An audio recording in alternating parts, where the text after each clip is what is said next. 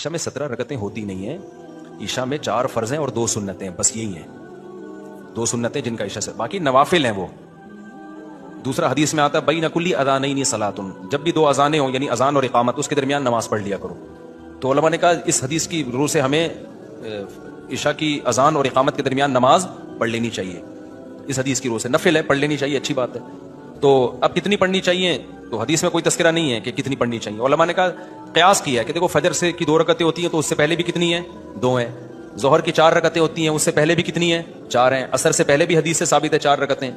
تو اس سے پتہ چلتا ہے عشاء کی 4 ہیں تو احتیاطاً کتنی پڑھ لو, 4 پڑھ لو. لیکن یہ سنت موقدہ نہیں ہے, نہیں بھی پڑھے تو بھی ٹھیک ہے.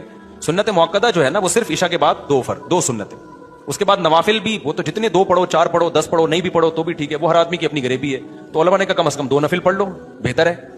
تو یہ نفل کے طور پر کہہ دیا انہوں نے, کوئی ایسا نہیں ہے. پھر وتر تو رات کی نماز ہے, وتر عشاء کے بعد اس لیے پڑھے جاتے ہیں کہ ایسا نہ ہو قضا ہو جائیں, کیونکہ وتر کے بارے میں بہت شدید وعیدیں ہیں حدیث میں. تو وتر چھوڑنے کی اجازت نہیں ہے. امام احمد بن حنبل جو امام بخاری کے استاذ ہیں ان کا تو قول ہے کہ جو وتر کی نماز چھوڑ دے اس کی گواہی جائز نہیں ہے. آج کل ایسے اسکالرز بھی آئے کہہ رہے ہیں وتر